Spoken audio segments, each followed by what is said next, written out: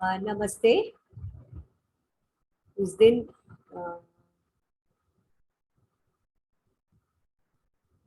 ये एमए का क्लास है, राइट? हाँ।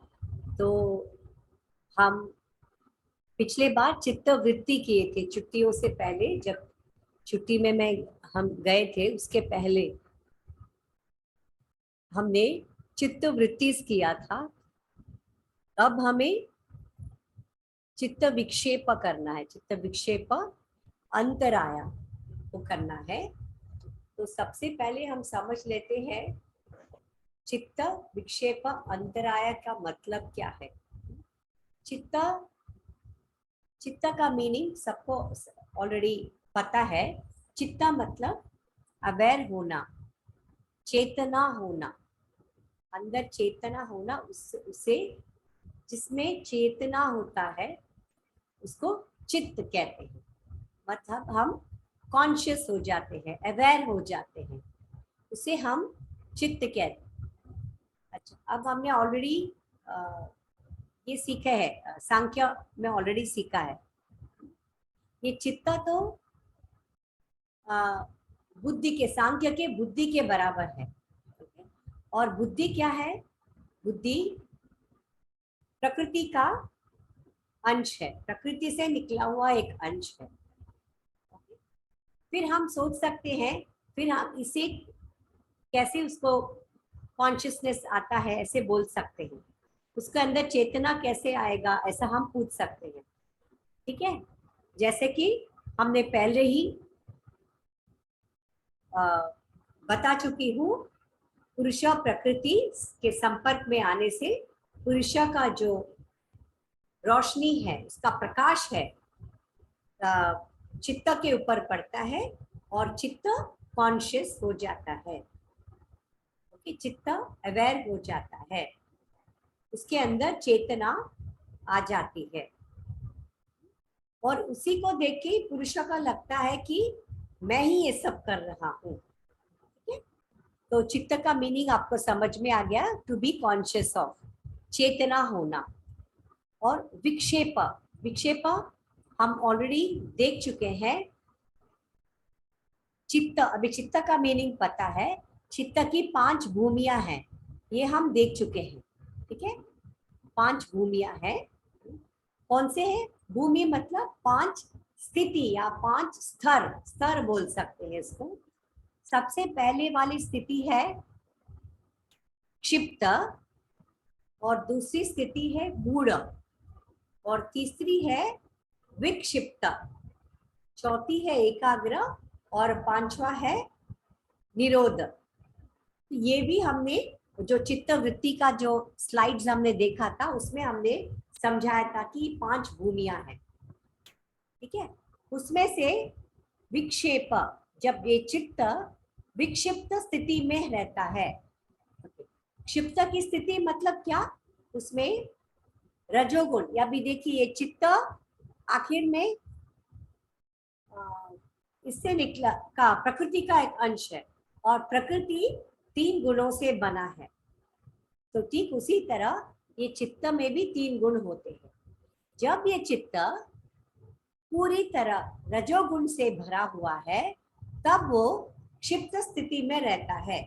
मतलब उसे कुछ होश नहीं है कि एक सेकंड के लिए हम कुछ सोचते हैं और दूसरा सेकंड कुछ और ही हम करते हैं, बहुत ही डिस्टर्ब रहता है।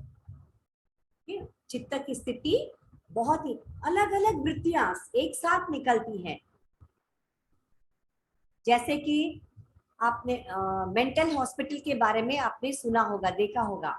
वहाँ मंद बुद्धि के लोग रहते हैं। वो कैसे करते हैं? एक क्षण कुछ बोलते हैं, दूसरा क्षण कुछ और करते हैं, फिर जोर से हंसते। इसका मतलब क्या है? बहुत सारी वृत्तियां एक साथ काम करने लगती है और चित्त क्षिप्त की स्थिति में रहता है। और दूसरी स्थिति क्या है? मूढ़। मूढ़ मतलब मूढ़ स्थिति में बहुत पूरी तरह से तमोगुण, तमस में रहता है। जैसे कि किसी को काम करने का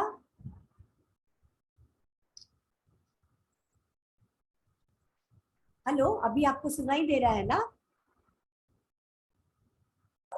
हाँ मैडम, आ रहा हाँ, है आवाज। अरे पहले आ रहा था आवाज। हाँ मैडम, आ रहा था। अच्छा अच्छा, ओके। तो तो ये मूढ़ स्थिति में चित्त एकदम लेजी हो जाता है, आलस हो जाता है। उस चित्त को काम करने का मन ही नहीं करता है, वो ऐसे ही पड़ा रहता है। हम चाहे जितना भी उसको कन्विंस करें, योगा करिए, शरीर के लिए अच्छा है, मन के लिए अच्छा है, और उसको पता भी है चित्त को ऐसे करने से अच्छा होता है, तो भी वो चित्त काम करने के लिए तैयार नहीं है। क्यों? वो पूरे तमोगुण से भरा हुआ है। और ये विक्षिप्त स्थिति, हम इसके तरफ हम ध्यान में आ रहे। विक्षिप्त स्थिति, ये विक्षिप्त स्थिति में क्या होगा? वो चित्त कुछ देर ध्यान की स्थिति में रहता है, धारणा की स्थिति में रहता है। ध्यान भी नहीं बोल सकते हैं, धारणा, धारणा की स्थिति में रहता है। और बीच में ही उसे याद आ जाता है मुझे कुछ और काम करना है,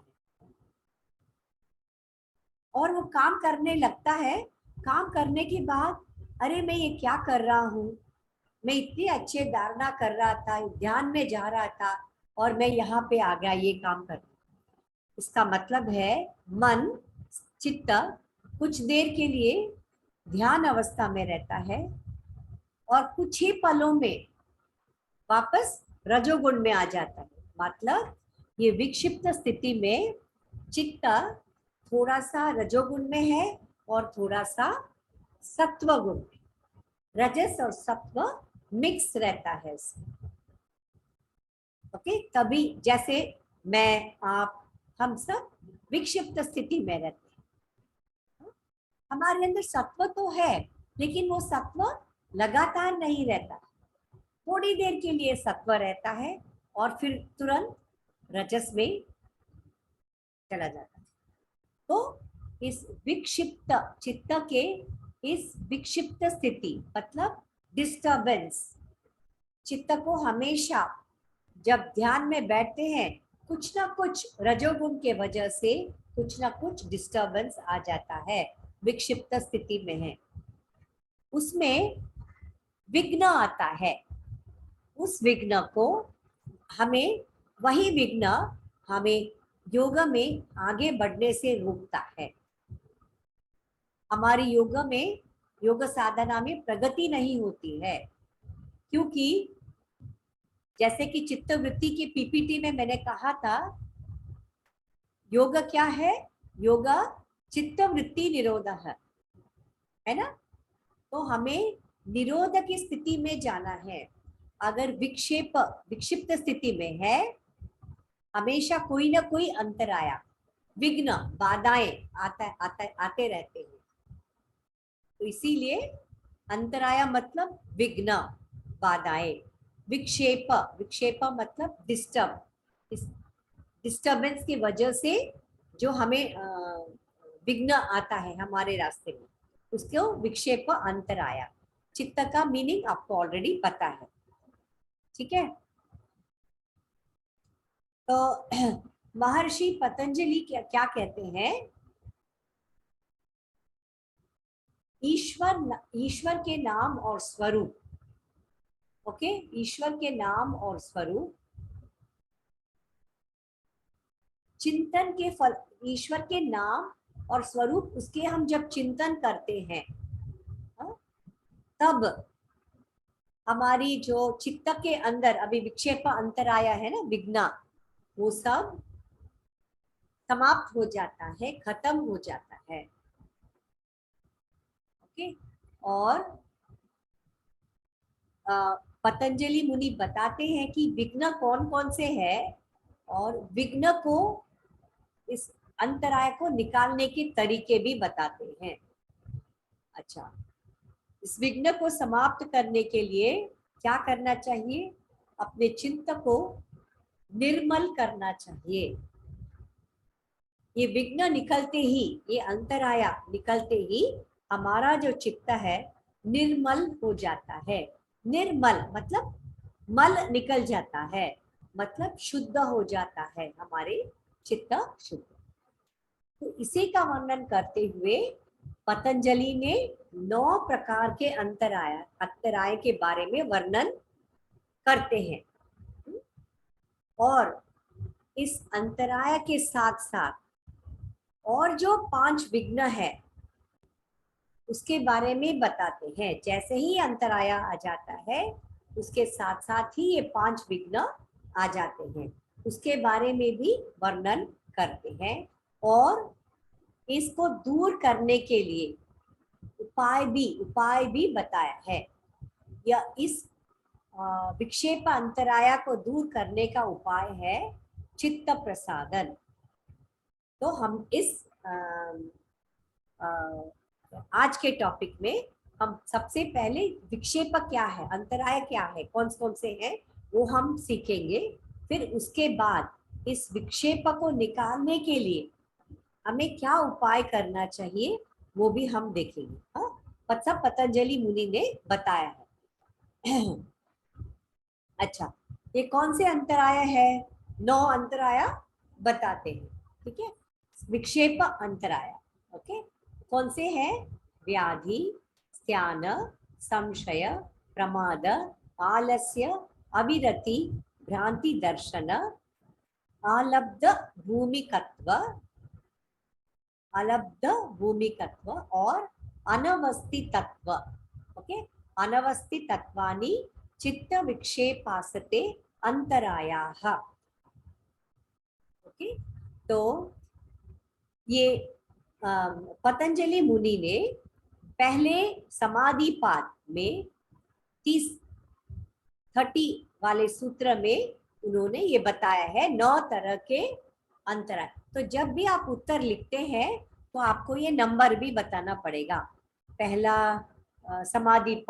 समाधिपाद में 30वां सूत्र, उसमें ये बताया है, ऐसे बताना। ओके, ये 9 तरह के विक्षेप अंतराया बताए हैं। विक्षेप मतलब विघ्न, विघ्न रूप, जो हमें योगा में प्रगति करने से रोकते हैं। जैसे आपने साधक तत्व, बाधक तत्व पिछले सेमेस्टर में सीखा होगा, आपने हठ योग में सीखा होगा, राइट।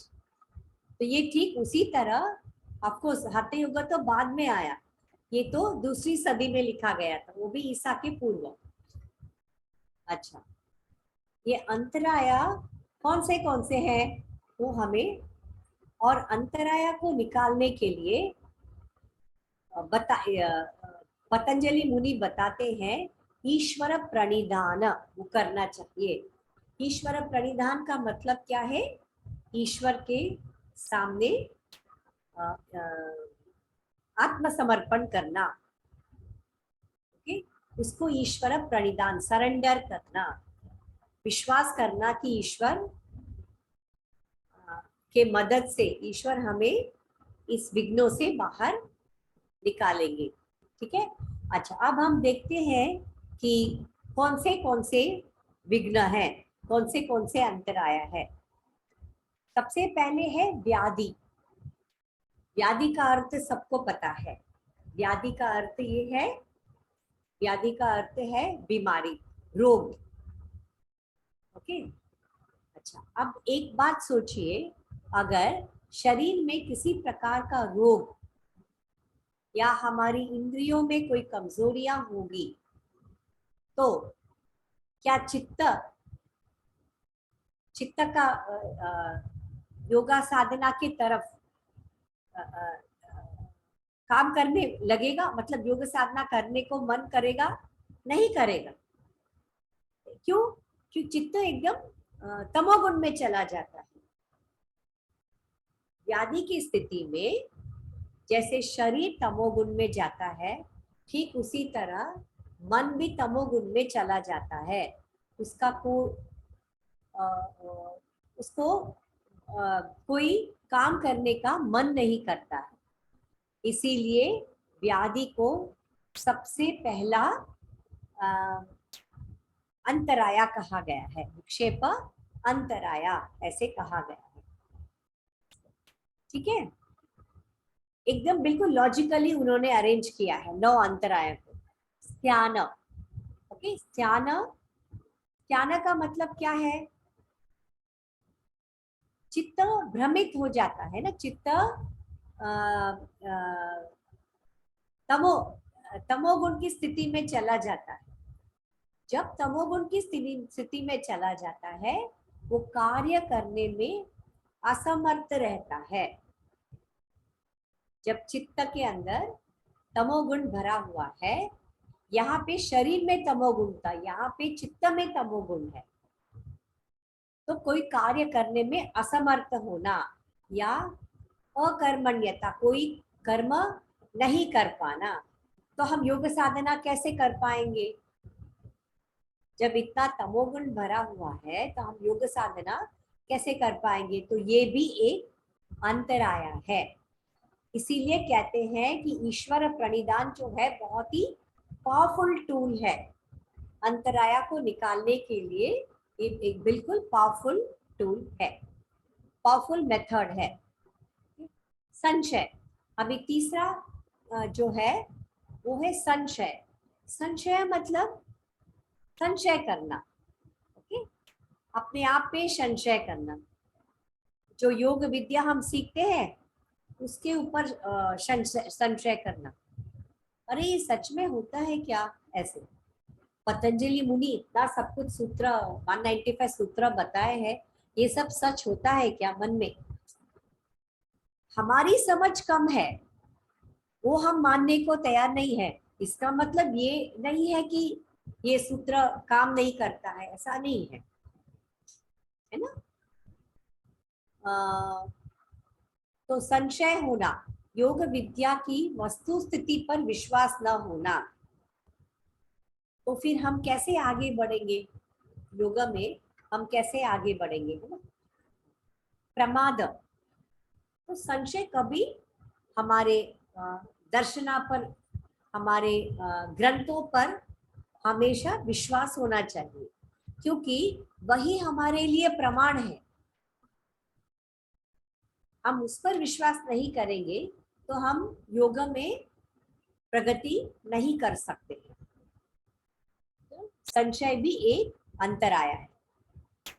प्रमाद, प्रमाद मतलब क्या? लापरवाही, मतलब हमें पता है ये फलाना फलाना चीज नहीं खाना चाहिए। किसी को सर्दी है, ठंड लग रही है, और उसने उसी समय जाके आइसक्रीम खा लिया, ये लापरवाही है ना। उसे पता है मेरी तबीयत ठीक नहीं है, मुझे आइसक्रीम नहीं खाना चाहिए, तो वो एक लापरवाही हो। ठीक उसी तरह योग में भी हम लापरवाही करते हैं। हमें पता है रोज सुबह 6 बजे उठ के हमें ध्यान में बैठना चाहिए, हमारी वृत्तियों के ऊपर ध्यान लगाना चाहिए, एक एक वृत्तियों को हमारे सिस्टम से बाहर करना चाहिए, ये सब हमें पता है। पता होते हुए भी हम उसकी साधना नहीं करते हैं, तो ये क्या हो गया? ये प्रमाद, ओके, प्रमाद यानी लापरवाही। लापरवाही पूर्वक योग साधना करना, नियमित कम को अधूरा छोड़ देना। कभी एक दिन हम 2 घंटा योगा साधना करते हैं, ठीक है, 2 दिन, फिर 10 दिन हम करते ही नहीं है, ये क्या? ये तो लापरवाही है ना, प्रमाद। तो इसी को, तो इससे भी हमारी प्रगति नहीं हो पाएगी, इसीलिए उसको प्रमाद कहा गया है। ओके, अभी 5वें के ऊपर आते हैं। ये है आलस्य। ओके, इसमें भी देखिए आलस्य, शरीर में पूरा भारी लगना। शरीर भारी कब महसूस होता है? जब तमोगुण से भरा हुआ रहता है। चाहे उसे कितना भी बोलो, उठो उठो काम करो, या योगा प्रैक्टिस करो, योग साधना करो, चाहे कितना भी बोलो, वो नहीं हटेगा उस जगह से। तो तमोगुण के रहने से शरीर का भारी होना, शरीर भारी महसूस होता है। तो इसीलिए ये भारीपन के वजह से कार्य में मन नहीं लगना, ओके, सुस्ती सा महसूस होना, इसको आलस्य कहते हैं। और यह आलस्य भी एक अंतराया है, हमें योगा में प्रगति करने से रोकती है। ओके, ये 5th है। उन्होंने 9 अंतराया बताए। और 6th वाला क्या है? अविरति। अच्छा, अविरति का मतलब क्या है? हमेशा हमारी जो इंद्रियां हैं, विषयों के साथ उसका आसक्ति रहती है।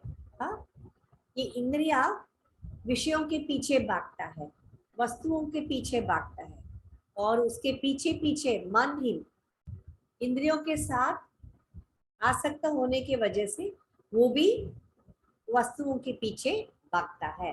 तो विषय शक्ति होने से मन का विषयों में ही लगा रहना, इंद्रिया मन की बात को सुनना चाहिए, लेकिन यहाँ क्या हो रहा है? ये अविरति के वजह से यहाँ पे उल्टा हो रहा है। ओके, यहाँ मन इंद्रियों के पीछे पीछे भागता है, इंद्रिया विषयों के पीछे पीछे भागता है। तो वहां पर भी योग की प्रगति नहीं हो सकती है। ओके, लगा रहना तथा चित्त में वैराग्य का अभाव। ये क्यों अविरति होता है? क्योंकि चित्त में वैराग्य का भाव ही नहीं है, इसीलिए ऐसा होता है। ये अभाव हो जाने से अविरति कहलाता है। ठीक है, अगेन इसीलिए हमेशा वो कहते हैं कि ईश्वर प्रणिधान कीजिए। ईश्वर प्रणिधान करने से ये अविरति धीरे धीरे दूर हो जाएगी। अभी 7वां है भ्रांति दर्शन। भ्रांति दर्शन किसी कारणवश आध्यात्म के दर्शन और साधन पथ का वास्तविक ज्ञान न हो पाना। इसका मतलब क्या है? सपोज आप किसी गुरु से सीख रहे हैं, आप मेडिटेशन सीख रहे हैं, ध्यान सीख रहे हैं, ठीक है, आपने 1 महीना लगातार किया। ओके, फिर बाद में एक दिन जब आप ध्यान में बैठे ही कुछ कुछ चित्र आपके सामने आ जाते, फिर आपके मन में, हमारे मन में भ्रांति हो जाती है, अरे मैंने ध्यान अवस्था को प्राप्त कर लिया। भ्रांति, उसे भ्रांति कहते हैं। मन में ही हम इमेजिन कर लेते हैं, अरे मेरे ध्यान यहाँ तक।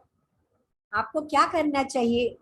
अगर ध्यान में बैठे हैं और ध्यान में बैठे ही आपको कुछ कुछ चित्र आंखों के सामने दिखता है, आपको क्या करना चाहिए? तुरंत आपके गुरु के पास जाना चाहिए और पूछना चाहिए, मैं ध्यान में बैठी थी और मेरे आंखों के सामने ऐसे ऐसे मुझे विजन्स आए, चित्र आए, इसका मतलब क्या है? वो ऐसे भी हो सकता है ना, हमारे मन में बहुत सारे वृत्तियां भी रहती है, वृत्तियां रहती है ना, वो भी चित्र के रूप में आंखों के सामने आ सकता है। तो आपको पता कैसे है कि ये ध्यान के वजह से हुआ है या वृत्तियों की वजह से हुआ है?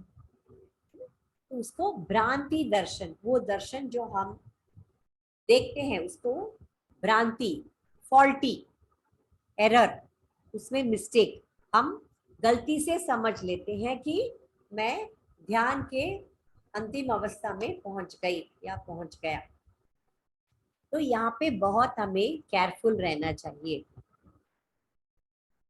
अगर हम समझते हैं भ्रांति के वजह से ही यही फाइनल है, तो हम आगे बढ़ेंगे ही नहीं, है ना। ओके, तो अलब्ध भूमिकत्व, ये अलब्ध भूमिकत्व का मतलब क्या है? आप निरंतर साधना करते हैं, हाँ, निरंतर। मैं हमेशा उसके जस्ट एग्जाम्पल के लिए बता रही हूँ। वापस वही शीर्षासन, मैं हमेशा शीर्षासन के एग्जाम्पल देती हूँ।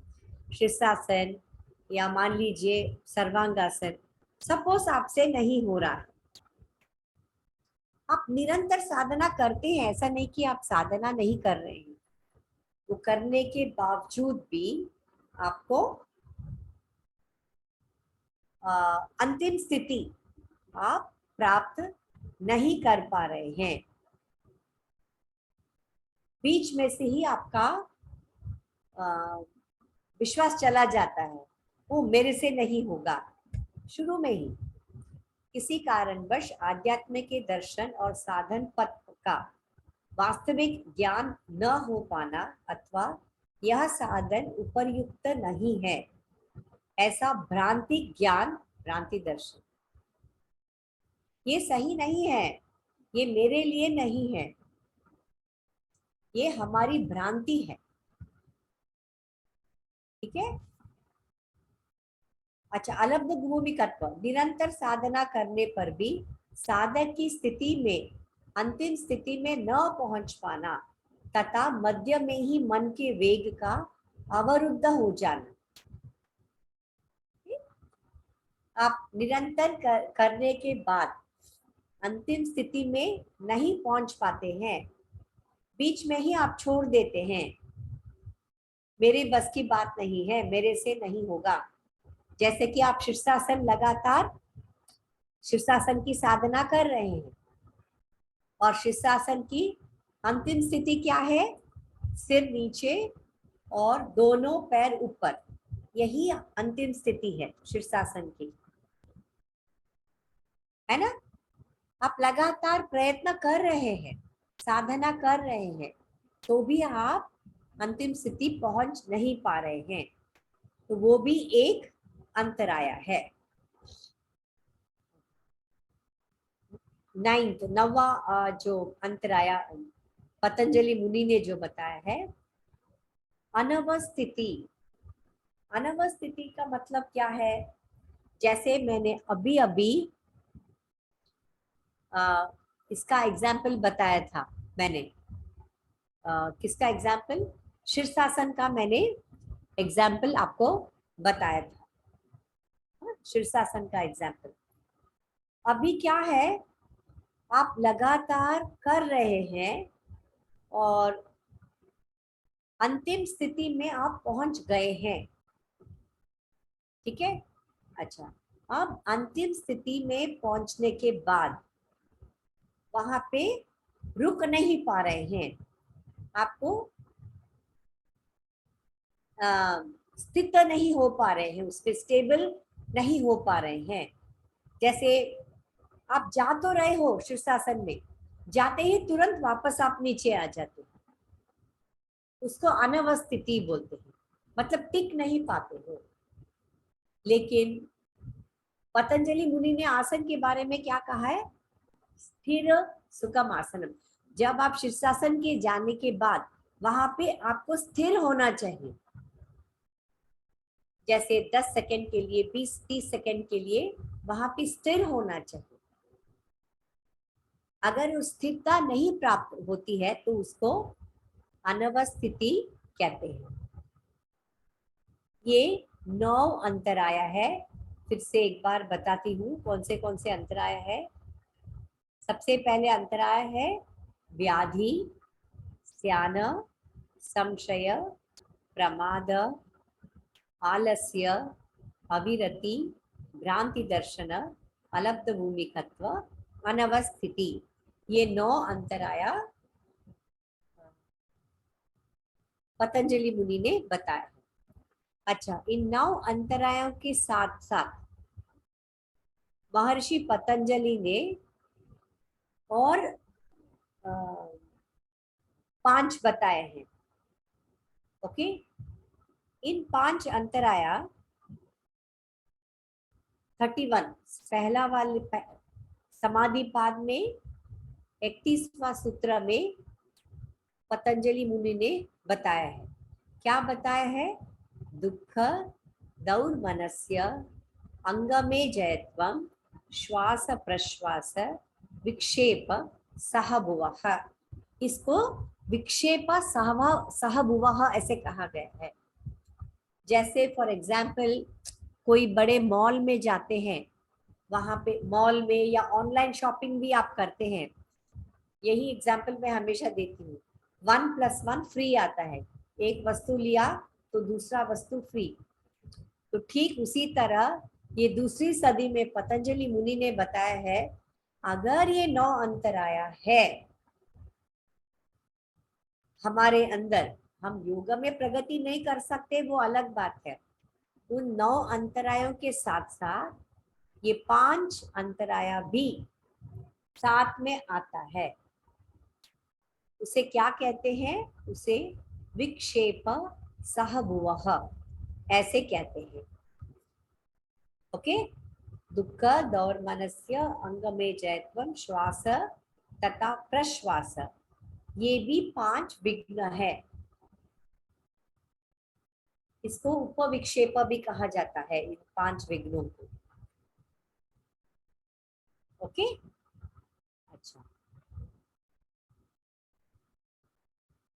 अच्छा, सबसे पहले ये 5 विघ्न है ना, दुःख दौर्मनस्य अंगमे जयत्व श्वास तथा प्रश्वास। तो अब हम एक एक करके देखते हैं कि ये क्या है।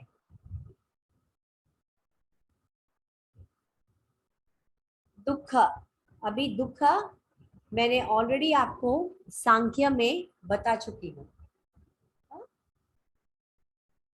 तापत्रय, ताप 3 तरह के होते हैं, है ना? कौन से हैं आपको याद है?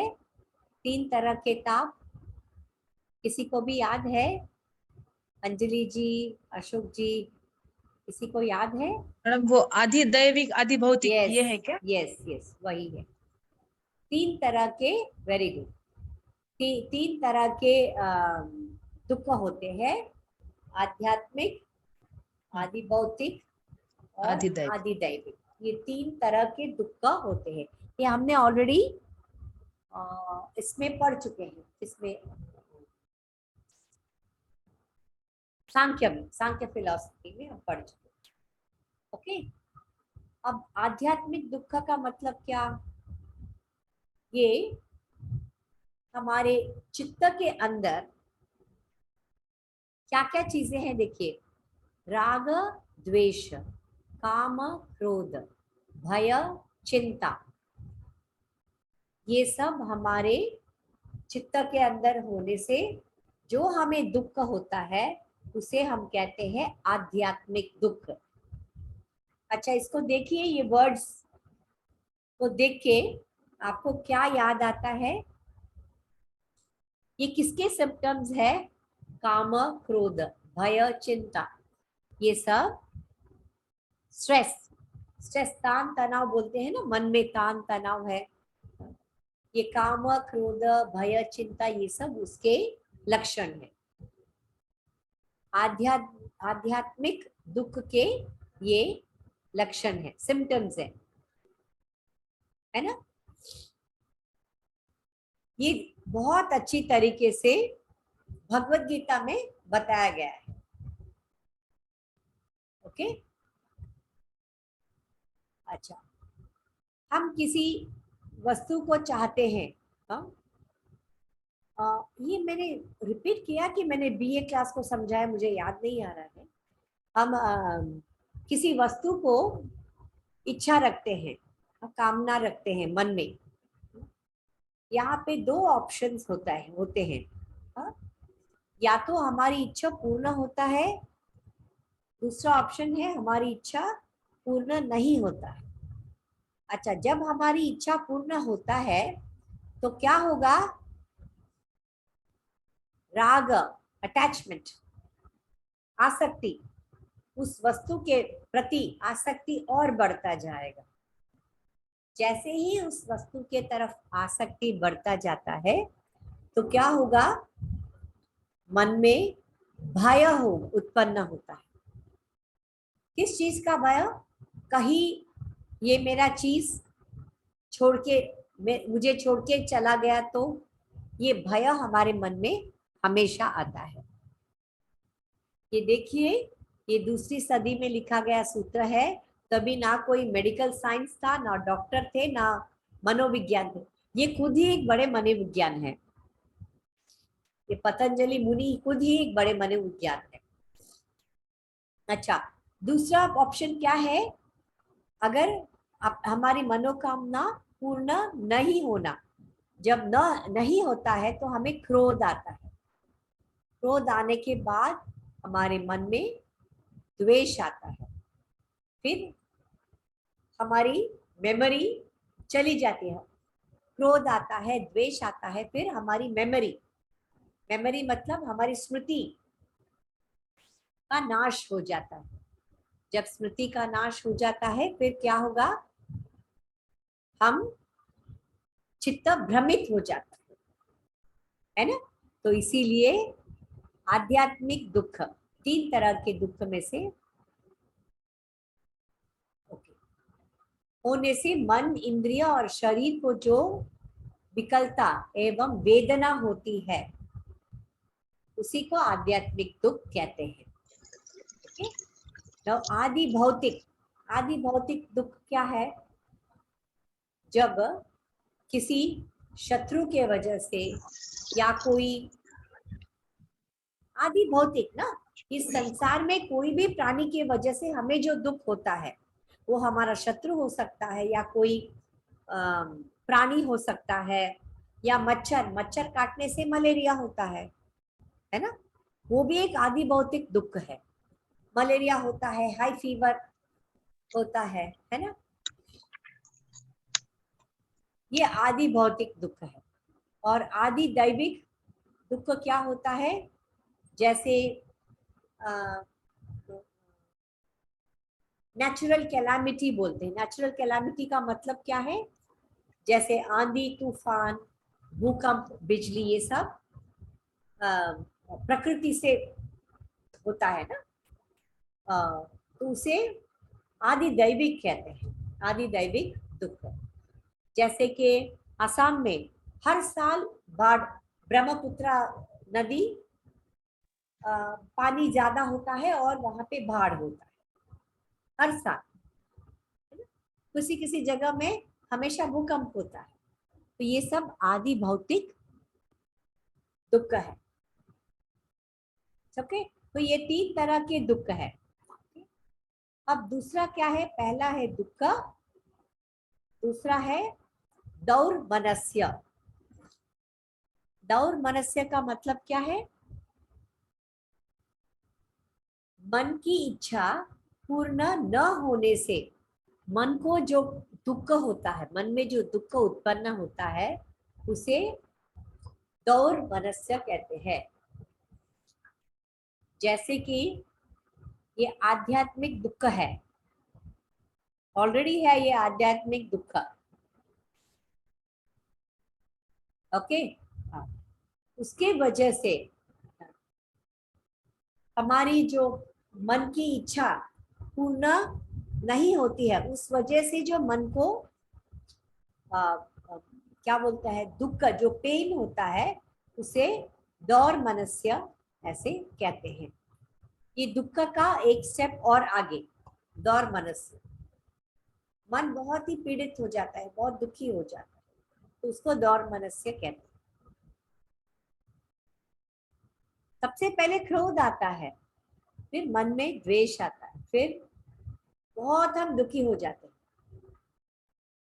ओके, ये देखिए, दुख होने का सिर्फ 2 ही कारण है, इतना समझ लीजिए।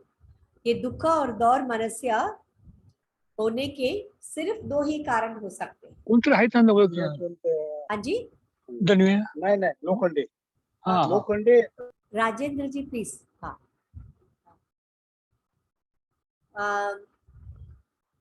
दुख होने के सिर्फ 2 ही कारण होते हैं। सबसे पहले, जैसे कि मैंने कहा, इच्छा पूर्ण नहीं हुआ तो हम क्रोधित हो जाते हैं।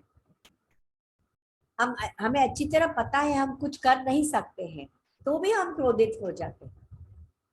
या फिर दौर मनस्य, क्रोधित हो जाते हैं। दूसरी बात है,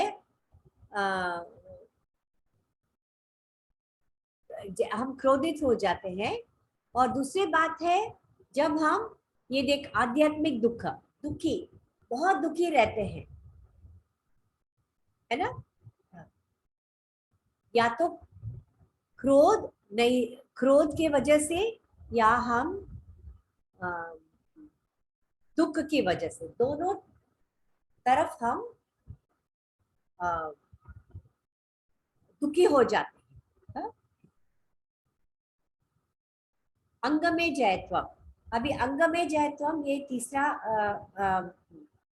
सहभुवः यानी उपविक्षेप ऐसा कहा गया है। अंग में जयत्वम, फॉर एग्जाम्पल के लिए ले लीजिए, ये आदि बौद्धिक दुख, सपोज मच्छर काटने से मलेरिया हो गया या हाई फीवर हो गया, ऐसे समझ लीजिए आदि भौतिक दुख। ओके, फिर क्या होगा, हाई फीवर होने से अंग में जयत्वम, दौर्मनस्य हो जाता है।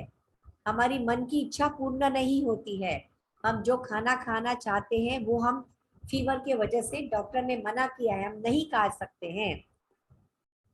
वो वाला खाना खाने का हम मन नहीं करता है जो बीमार लोग खाते हैं, तो इच्छा पूर्ण नहीं होती है, तो दौर मनस्य होता है। और तीसरा, अंग में जयत्वम, शरीर में कंपन पैदा होती है। जब 102 टेम्परेचर रहता है तो हम शरीर के अंदर शिवरिंग होती है, कांपना।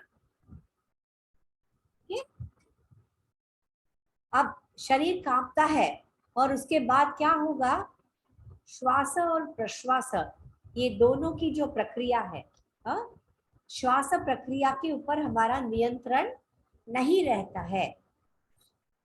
ओके, इसका मतलब श्वास एकदम फास्ट, वेग से चलता रहता है। जैसे कि रैबिट, ससा कैसे श्वास लेता है, छोड़ता है, वो हमेशा भयभीत स्थिति में ही रहता है कि कोई मुझे मार लेगा, कोई मुझे खा लेगा, ऐसे ही स्थिति में रहता है ससा। ओके, तो उसमें क्या होगा, अंग में जयत्वम, शरीर का कंपन होगा। ओके, और श्वास के ऊपर हमारा नियंत्रण नहीं रहता है। और प्रश्वास मतलब सांस छोड़ना, इस पर भी हमारा नियंत्रण नहीं रहता है, न चाहने पर भी। ओके, योगिक क्रियाओं के समय अंदर की वायु का बाहर निकल जाना, अंतर कुंभक में विघ्न हो जाना, हम अंदर से दुखी रहते हैं, न हमारा श्वास हमारे नियंत्रण में रहता है, ना ही हमारा जो प्रश्वास है, दोनों हमारी नियंत्रण में नहीं रहता है। इन पांचों को क्या कहा है पतंजलि मुनि ने, क्या कहा है, कोई बता सकता है? चित्त विक्षेप, इसको विक्षेप सहभुवः, यानी कि ये सब सिम्टम्स है, अंतराया के सिम्टम्स है। अच्छा, टेस्ट करके देखते हैं क्या? अच्छा, सबसे पहले अंतराया क्या है, हमने अभी अभी पढ़ा था ना, कोई बता सकता है सबसे पहले अंतराया क्या है? व्याधि। यस, व्याधि ही सबसे पहले अंतराया है। अच्छा, वो व्याधि को हम ले लेते हैं, ठीक है। अभी शरीर को रोग हुआ है, तो हम ये देखते हैं कि ये 5 अंतराया आनिम, ये 5 जो सहभुवः है कि नहीं हम देखते हैं। व्याधि की स्थिति में सबसे पहले हमें कौन से वाली दुख होगा? शरीर को व्याधि है, आदि भौतिक दुख होगा, ओके, दुख होगा, ये तो पक्की बात है, ओके। दूसरे फिर दौर मनस्य, मन को भी कष्ट होगा, हम अपनी इच्छा से काम नहीं कर सकते हैं, हम अपनी इच्छा से खाना नहीं खा सकते हैं, तो दौर मनस्य हो जाता है।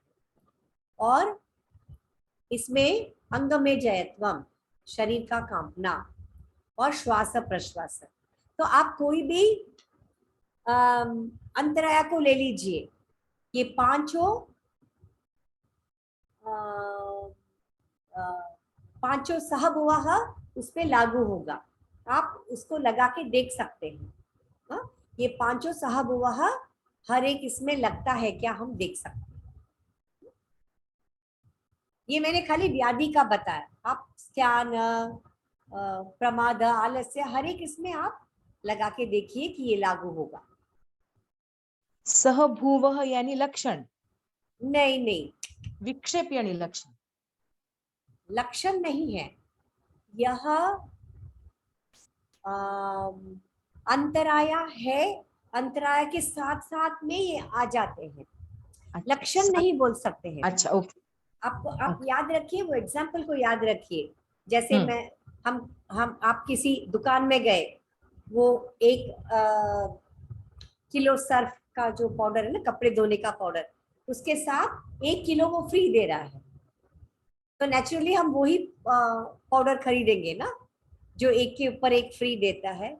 आप उसी कॉन्सेप्ट को मन में रखिए। यहाँ पे 9 अंतराया है, पतंजलि मुनि ने बताया है। तो पतंजलि मुनि ये कहते हैं, जैसे ही ये अंतराया हमारे अंदर आ जाते हैं, उसके साथ साथ ही ये 5 सहभुवः विक्षेप, विक्षेप सहभुवः, तो इसको उपविक्षेप भी बोल सकते हैं, सिंपल भाषा में, हिंदी भाषा में उपविक्षेप। हाँ, ठीक है। तो इन 5 विघ्नों को उपविक्षेप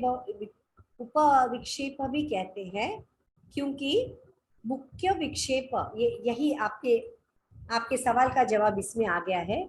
मुख्य विक्षेप 9 है, और स्वामी विवेकानंद ने क्या एक्सप्लेनेशन दिया है, स्पष्ट करते हुए कहते हैं कि जब कभी एकाग्रता का अभ्यास किया जाता है, तभी मन और शरीर पूर्ण स्थिर भाव धारण करते हैं। धारणा की स्थिति में चित्त होना चाहिए, यानी कि चित्त में सत्व ज्यादा होना चाहिए, और रजस तो रहता है, उसका हम कुछ नहीं कर सकते हैं, कर सकते हैं साधना कर करके उसको कम कर सकते हैं, ठीक है। तो अभ्यास योग साधन की, जैसे कि हम चित्त वृत्ति निरोध का अभ्यास जब हम करते हैं, तब चित्त एकाग्र स्थिति में होना चाहिए। अगर एकाग्र स्थिति में अगर नहीं है, इसका मतलब है उसके अंदर 9 विक्षेप अंतराया है, और वो 5 उपविक्षेप भी है। ओके, जब साधना ठीक तरीके से नहीं होती, जब चित्त नियत नहीं रहता है, धारणा की स्थिति में नहीं रहता है, एकाग्र स्थिति में नहीं हो पाता है, तब वे सब विघ्न उपस्थित हो जाते हैं। जब एकाग्र स्थिति में नहीं रहते हैं, तब ये उपस्थित हो जाते हैं। ओके, तो फिर हमें क्या करना चाहिए? ईश्वर प्रणिधान करना चाहिए, और उस विक्षेप के तरफ ध्यान नहीं देना चाहिए। ओके, तो साधना से ही वे सब चले जाएंगे, और तब हमारा आसन भी स्थिर हो जाएगा, जैसे कि पतंजलि मुनि ने कहा है, स्थिर सुखम आसनम। अच्छा, अब पतंजलि के समय में कौन से आसन थे? आप बता सकते हैं कि पतंजलि मुनि के इसमें उन्होंने कितने आसन बताए हैं? कोई बता सकता है?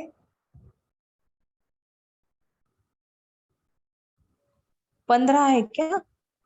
नहीं, नहीं नहीं, 84 लक्ष ऐसा कुछ है क्या? नहीं, 84 84 लाख भी नहीं। लाख अच्छा, नहीं क्या?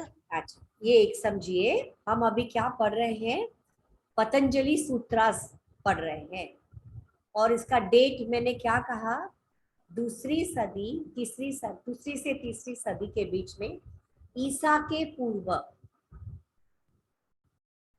अब ये 84 लाख ये सब आसन कभी आया, आप सोचिए। हठयोग प्रदीपिका में, हठयोग में आया। हाँ, हठ योग में आया। हाँ बराबर, हठ योग में। हाँ, और हठयोग का डेट क्या है, उनका मला डेट? वाटतं 10वी-12वी शतक है क्या? हाँ, वही 10वीं वही या 15वीं संत ऐसे। ज्ञानेश्वर के समकालीन हो सकते। यस, यस, उस समय का स्थिति है। इसीलिए पतंजलि के समय पे ऐसे ताड़ासन, पवन मुक्तासन, हस्त, ये सब कुछ भी नहीं था। तो फिर आसन को क्या बोलते हैं, आसन का फिर क्यों आसन आसन हमेशा बोलते रहते हैं? उनका आसन का मतलब है ध्यान के लिए जब हम बैठते हैं, उस जिस आसन को में हम बैठते हैं उसको आसन कहते हैं। पद्मासन का नाम भी कभी पता नहीं था। सिंपल, आसन में बैठते हैं, आई एम सॉरी, ध्यान के लिए हम जिस स्थिति में बैठते हैं उसको आसन कहा जाता है, उसको नाम नहीं दिया गया है। तो पतंजलि के काल में ऐसे कोई अलग अलग आसन था ही नहीं, और उन्होंने एक भी आसन के बारे में बताया भी नहीं, क्योंकि उनके समय में आसन जरूर काम ही नहीं था। क्यों काम नहीं था? वो राजा भोज ने एक प्रेयर लिखा है, उसको याद कीजिए, योगेन चित्तस्य पदेन वाचा। चित्त को लिए योग दिया है, योग सूत्र दिया है पतंजलि मुनि ने।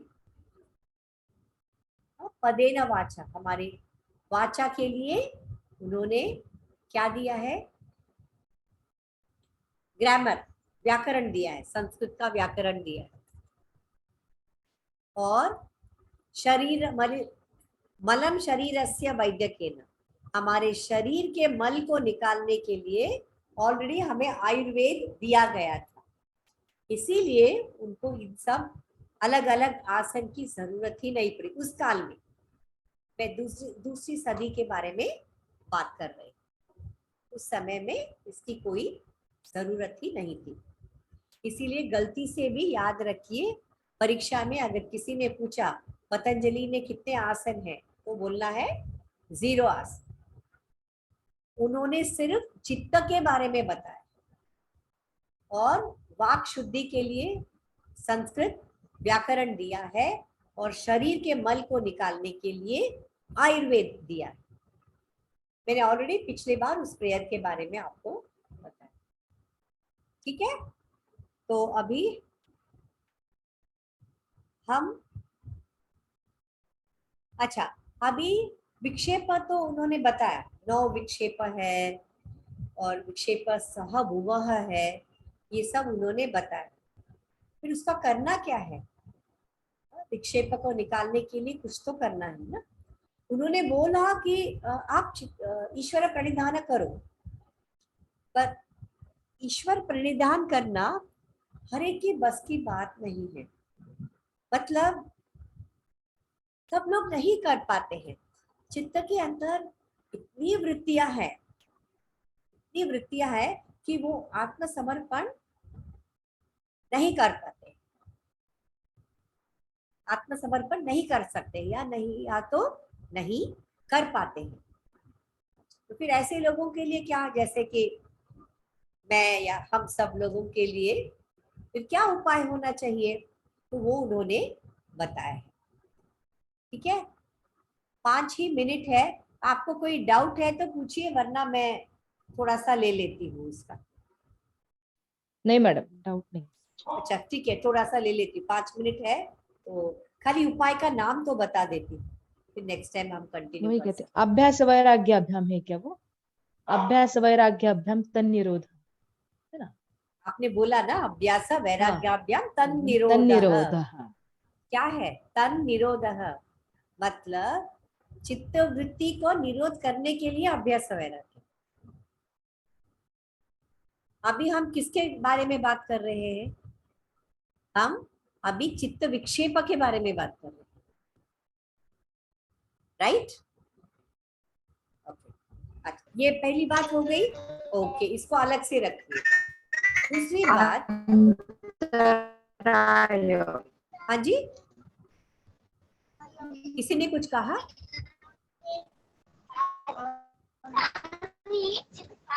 माधुरी जी थोड़ा सा ये रखिए ना। ओके, ये तो पहली बात हो गई, अभ्यास वैराग्याभ्याम तन निरोधः। दैट मीन्स चित्त वृत्ति का निरोध करने के लिए अभ्यास और वैराग्य। अच्छा, पतंजलि मुनि ने 3 तरह की साधकों के बारे में बताया गया है। 3 तरह के साधक होते हैं, ठीक है? ये 3 तरह के साधक कौन है? उत्तम अधिकारी, ये भी मैंने पिछली बार बता चुकी हूँ। मध्यम अधिकारी, उत्तम अधिकारी, मध्यम अधिकारी और अधम अधिकारी, ठीक है? अब उत्तम अधिकारी के लिए जो एकदम हाई लेवल के योगी रहते हैं, उनको विक्षेपा होगा ही नहीं, तो वो लोग कर सकते हैं अभ्यास वैराग्याभ्याम तन निरोधः। अच्छा, सावंत सर आगे हैं। अच्छा, एक सेंटेंस बोल के मैं खत्म करती हूँ। Problem madam, continue. Continue, okay, thank you so much. तो वो उत्तम अधिकारी के लिए है, राइट? अच्छा, अब जो उत्तम अधिकारी इतने नहीं है, उनका क्या? जैसे हम जैसे लोग हैं, उनको चित्त विक्षेप हमेशा आता रहता है, उनके लिए ये सब मेथड बताया है। मैं अलग अलग मेथड है। अच्छा, मैं चित्त का मीनिंग ऑलरेडी बोल चुकी हूँ, ठीक है? अभी प्रसादन का मीनिंग क्या है? प्रसादन मतलब चित्त को निर्मल बनाना, चित्त के अंदर से मल को निकाल देना, चित्त के अंदर से मल को निकाल देना, उसको प्रसादन यानी प्यूरिफाई करना, यानी चित्त का शुद्धिकरण करना, उसको प्रसादन बोलते हैं। तो उसमें 6 तरीके बताए, 6 उपाय बताए। उसमें से पहला उपाय क्या है? 4 भावनाएं। ये 4 भावनाएं क्या है, मैं अगले क्लास में आपको बताती हूँ। दूसरा तरीका है प्राणायाम। अभी प्राणायाम मतलब ऐसा नहीं कि नाड़ी शुद्धि प्राणायाम या क्या बोलते हैं भ्रामरी प्राणायाम, ऐसा नहीं है। अगेन हमेशा हमारे मन में डेट को मध्यम नजर रखते हुए करना चाहिए कि प्राणायाम वो में क्या है, मैं समझा दूंगी। दिव्य विषय, कोई दिव्य पुरुष के बारे में सोचना चाहिए, दिव्य विषयों के बारे में सोचना चाहिए, उससे भी हमारा, इसलिए हमारे कंट्री में भारतीय परंपरा में सत्संग हमेशा होता है। सत्संग या भगवत कथा जाके सुनना, सत्संग में बैठना, इससे भी चित्त शुद्धि होता है, चित्त प्रसादन होता है। ओके, ज्योतिषमती और वीतराग पुरुष का ध्यान, जो जिनके अंदर राग ही नहीं है, राग से मुक्त हो गए हैं, ऐसे गुरुओं के बारे में ध्यान लगाना। और स्वप्न, ओके, जैसे हमारे ग्रंथ के बारे में स्वप्न देखना, उससे भी चित्त शुद्धि होता है। और स्वप्न में इष्ट देव को देखना, उससे भी चित्त शुद्धि होता है, प्रसादन होता है। ठीक है, तो मैं यहाँ पे